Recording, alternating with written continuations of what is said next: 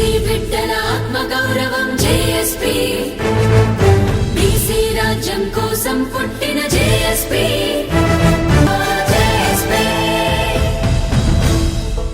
నమస్తే, welcome to JSP media. ఈరోజు CJP party అవుతున్నదో మొన్న మనం చూసినాం కదా, ధర్మేంద్ర ప్రధాన్ విద్యాశాఖ మంత్రిని ఏ విధంగా అయితే రాజీనామా చేయించారో నీట్ పేపర్ గురించి, ఇప్పుడు మరొక అంశంని, విద్యకు సంబంధించిన అంశాన్ని తెరపైకి తీసుకొచ్చి స్కూళ్ళు ఏవైతే ఉన్నాయో వాటి నాణ్యత కావచ్చు, వాళ్ళకు విద్యా నాణ్యత కావచ్చు, బోధించవచ్చు, అదేవిధంగా టీచర్ల నాణ్యత కావచ్చు, వాటి మీద ఫైట్ చేయబోతా ఉన్నారు దేశవ్యాప్తంగా ఉన్న విద్యా సంస్థల మీద.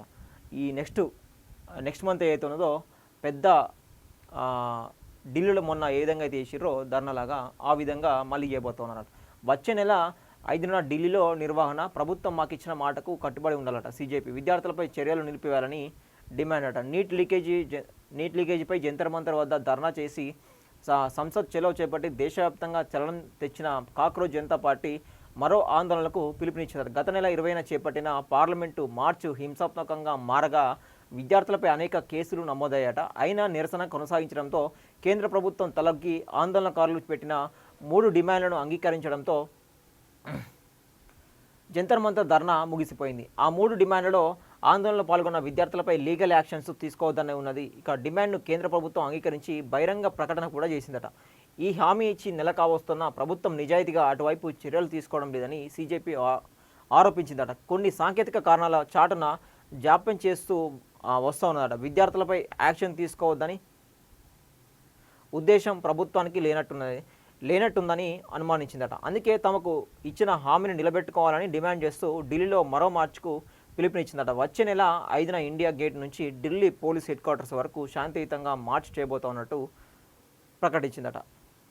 సో వాళ్ళు ఇచ్చిన డిమాండ్స్ నెరవేరిన తర్వాత అప్పుడు ఏదైతే ధర్నా చేపట్టి జంతర్ మంతర్లో వాళ్ళు కొనసాగిస్తున్నప్పుడు వాళ్ళ మీద లాఠీ చార్జ్, అదేవిధంగా కేసులు, విద్యార్థుల మీద హింసించే కేసులు ఏవైతే ఉన్నాయో ఆ కేసులు వెనక్కి తీసుకుంటామని చెప్పేసి, ఎత్తివేస్తామని చెప్పేసి బహిరంగంగా ప్రభుత్వం చెప్పిందనమాట. సో అవి దానికి చర్యలు తీసుకోనే దిశగా వెనకాడుతుందని చెప్పేసి వీళ్ళు చెప్తా ఉన్నారు. ఇంకా ఆ డిమాండ్ నెరవేరాలని చెప్పేసి చెప్తా ఉన్నారు.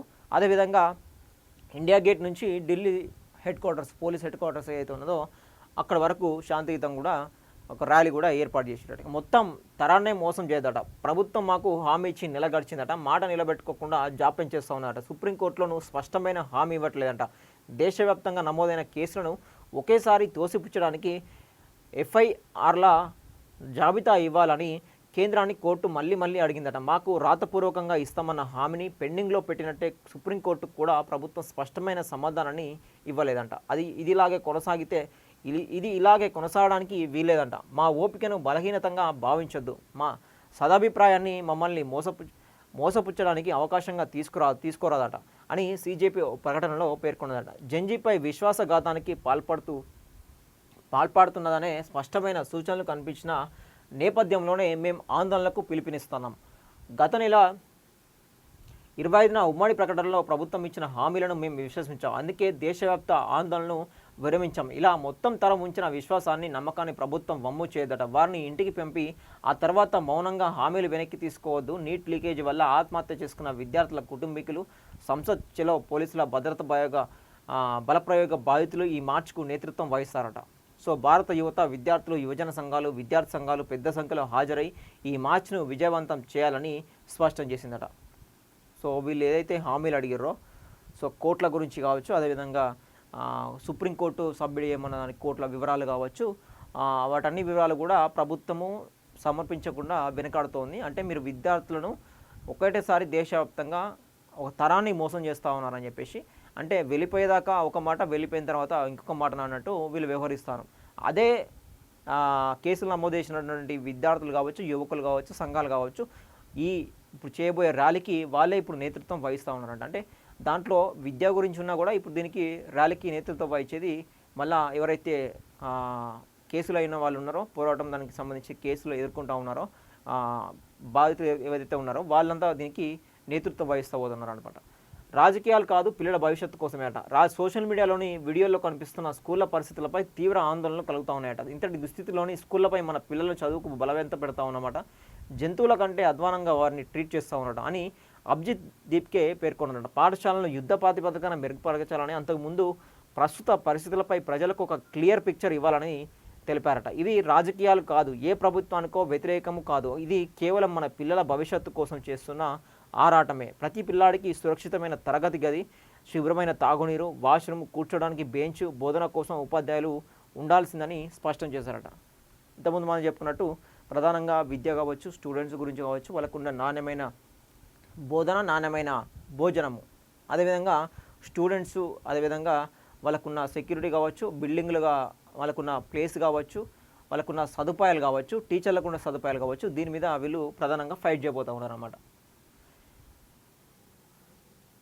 సో ఇక్కడ విద్యామంత్రులకు 6 ప్రశ్నలు అడుగుతూ ఉన్నారు. వీళ్ళు ఏంటంటే స్కూలు టిక్కరో క్యాంపెయిన్లో భాగంగా రాష్ట్రాల విద్యాశాఖ మంత్రులకు సీజేపీ బహిరంగ లేఖ రాసిందట. ఇందులో సీజేపీ ఫౌండర్ అభిజిత్ దీప్కే వారికి 6 ప్రశ్నలు సంధించారట. ఇక మరమ్మతులు, గత 5 ఏళ్లలో రాష్ట్రంలోని ఎన్ని ప్రభుత్వ స్కూళ్లకు మరమ్మతులు జరిపించారు, ఎన్ని పూర్తయ్యాయి, ఎన్ని ఇప్పుడు జరుగుతూ ఉన్నాయి, ఉపాధ్యాయ ఖాళీలట. రాష్ట్రంలో మొత్తం ఎన్ని టీచర్ పోస్టులు ఉన్నాయి, ఎన్ని భర్తీ అయ్యాయి, ఎన్ని ఖాళీలు ఉన్నాయి, నిధులు చూసుకుంటే గత 5 ఏళ్లలో ప్రభుత్వ పాఠశాలలకు ఎన్ని నిధులు కేటాయించారు, అందులో ఎంత మేరకు ఖర్చు పెట్టారు, మరిన్ని స్కూళ్ళ ఆవశ్యకత ఏంది, బాలులందరికీ నాణ్యమైన విద్య అందాలంటే ఇంకెన్ని ప్రభుత్వ స్కూళ్ళు అవసరం ఉన్నది, బోధనేతర బాధ్యతలు, ప్రభుత్వ స్కూల్ టీచర్కి ఇంకా ఏ బోధనేతర డ్యూటీలు బాధ్యతలు అప్పగిస్తూ ఉన్నారు, కనీస డిజిటల్ సౌకర్యాలు, ఎన్ని పాఠశాలల్లో సరిపడా కంప్యూటర్లు, డిజిటల్ లెర్నింగ్ సౌకర్యాలు ఉన్నాయి, శుభ్రమైన వాడుకలో ఉన్న టాయిలెట్లన్నీ, క్రీడా సదుపాయాలన్నీ, పరికరాలు అందుబాటులో ఉన్నాయని ఇవి ప్రధానమైన ప్రశ్నలు అన్నమాట. ఇవి అన్ని రాష్ట్రాల్లో ఉన్న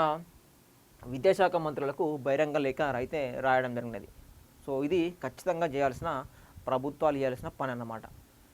ఈ ఎడ్యుకేషను మనం మాట్లాడుకుంటాం కదా, ఎడ్యుకేషను వస్తే చాలు మన జీవితం మారిపోతుందని చెప్పేసి మనం మాట్లాడుకొని స్కూల్కి పంపించడం, ప్రతి మధ్యతరగతి కుటుంబం కావచ్చు, ఎవరైనా కావచ్చు, స్కూల్ నుంచి హైయర్ ఎడ్యుకేషన్ వరకు చదివించేది వాళ్ళకు ఒక జాబ్ రావడం కావచ్చు, ఒక స్కిల్ నేర్చుకొని జాబ్ చేస్తే వాళ్ళ లైఫ్ మారిపోతుందని కావచ్చు, విదేశాల్లో జాబ్ చేసుకోవడం కావచ్చు, ఒక వ్యాపారాన్ని సృష్టించడం కావచ్చు, వీటన్నిటికి సంబంధించి స్టార్టింగ్ నుంచే విద్య అవసరం ఉంటుంది. సో దాంట్లో ప్రధానంగా స్కూల్ ఎడ్యుకేషన్లోనే వాళ్ళకి సరి అయిన నాణ్యతమైన విద్య అందకపోతే హయ్యర్ ఎడ్యుకేషన్కి ఎట్లా పోతారు?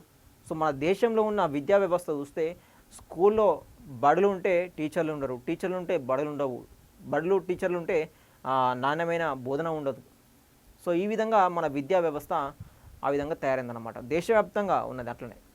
సో అట్లా దేశవ్యాప్తంగా దీని మీద పెద్ద ఎత్తున కూడా పోరాటం చేయబోతున్నట్టుగా మనకు కనిపిస్తూ ఉన్నది. సో మరి ఆ రోజు మళ్ళీ ఏ విధంగా ఆ రోజు అయితే జరిగిందో, వారం రోజులు పాటు జరిగింది కదా జంతర్ మంతర్లో, మన విద్యాశాఖ మంత్రిని ధర్మేంద్ర ప్రధాన్ని రాజీనామా చేయాలని చెప్పేసి ఇప్పుడు కూడా అన్ని రాష్ట్రాల విద్యాశాఖ మంత్రులకు ఎంత బడ్జెట్ కేటాయించారు, దానిలో ఎంత ఖర్చు చేశారు, ఎన్ని బిల్డింగ్లు ఉండే, ఇప్పుడు ఎన్ని బిల్డింగ్లు ఉన్నాయి, ఎన్ని కట్టబోతూ ఉన్నారు, ఇప్పుడు ఎన్ని కడతా ఉన్నారు, ప్రతిదీ కూడా లెక్క వాళ్ళు అడుగుతూ ఉన్నారు అనమాట. దీనికి ఏదైతే జంతర్ మంతర్ను ముందు జరిగినటువంటి కావచ్చు, ఇప్పుడు చేపట్టబోయే ర్యాలీ కావచ్చు, వీళ్ళ ప్రధానమైన డిమాండు విద్యాశాఖకు సంబంధించి దేశం మీద ఉన్న విద్యాశాఖ గురించి, విద్యా వ్యవస్థ గురించి చేయబోయే పోరాటం అన్నమాట. చూడండి మరి ఎట్లుంటుందో. అప్పుడు అంటే ఇంకా పెద్ద ఎత్తున జరుగుతుందా, లేదంటే ఒక ర్యాలీ తీసి వదిలేస్తారా, ప్రభుత్వం నుంచి ఎట్లాంటి రెస్పాండ్ వస్తుందో ర్యాలీ చేపట్టిన తర్వాత మనకు తెలుస్తుంది అన్నమాట. Please subscribe JSP media.